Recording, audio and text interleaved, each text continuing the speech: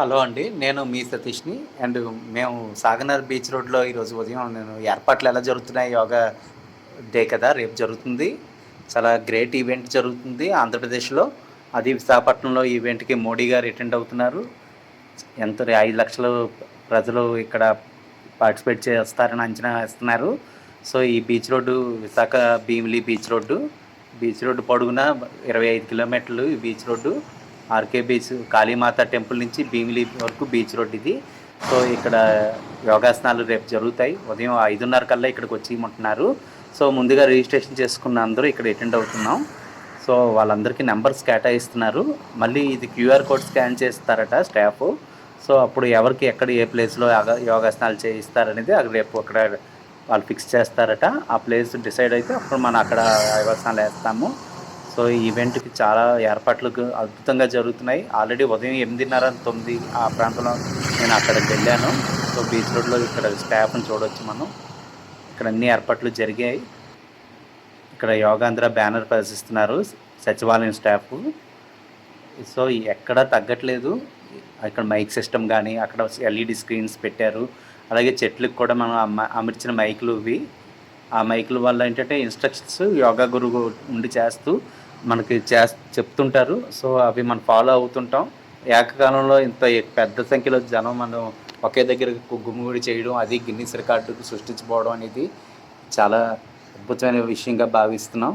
So ఇలాంటివి occasions వచ్చినప్పుడు ఎవరు కూడా మిస్ అవ్వకుండా తప్పకుండా ఇందులో పాల్గొనాలి.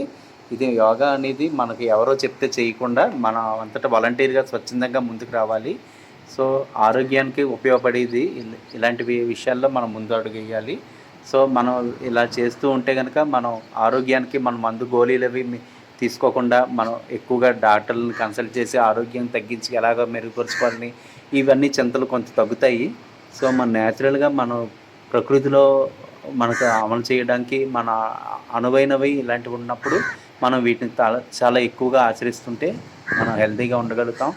సో మనమే కాదు, మనతో పాటు మనం చూసి కూడా ఇన్స్పైర్ అయ్యి చాలామంది ఈ అడుగుజాడలు నడడం వల్ల మన దేశం కూడా ఆరోగ్యం ఉంటుంది. సో ఎప్పుడైతే ఆరోగ్యంగా ప్రజలు ఉంటారో అది ఆ జీడిపి గ్రోత్ ఉంటుంది. ప్రజల సంతోషాలతో ఉండడం వల్ల అన్ని రకాలుగా దేశం సస్యశ్యామలంగా ఉంటుంది.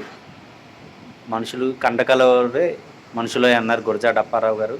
సో ఆ రకమైన మైండ్ సెట్ మనకు డెవలప్ చేసుకోవాలి.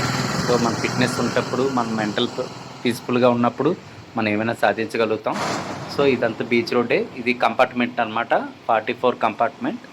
సో ఇక్కడ దీనికి నెంబర్లు ఇచ్చారు. ఇది 44 ఇక్కడ. సో ఇక్కడ 44 ఇక్కడ ప్రతి కంపార్ట్మెంట్లోనే ఒక 1000 మందికి యోగాసనాలకి ఏర్పాట్లు జరిగాయి ఫ్రెండ్స్. సో ఇక్కడ స్టాఫ్ అక్కడ ఎలక్ట్రికల్ అవన్నీ చూస్తున్నాడు. సో ఒక వేలో బస్సులు పంపిస్తున్నారు. అవతల సైడ్ బీచ్ సైడ్ అంతా కూడా ఫుల్గా ఈ యోగాసనాల కోసం కేటాయించారు ఫ్రెండ్స్. ఎల్ఈడి స్క్రీన్స్ చూడొచ్చు.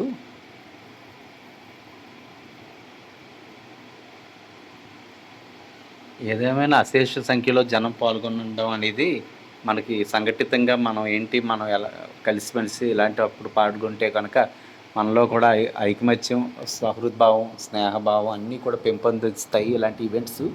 సో ఎప్పుడు మన ఇల్లు మన కుటుంబం అని కాకుండా ఇలాగా ప్రజా జీవితంలో 10 మందిలోకి ఇలా వచ్చి ఇలా చేసి కార్యక్రమాలు మనం జయప్రదం చేసినట్టయితే చాలా అద్భుతమైన విషయం.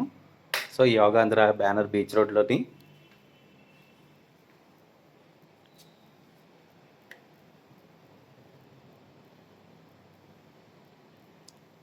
7 గంటలకు స్టార్ట్ అవుద్ది అంట ఈవెంట్.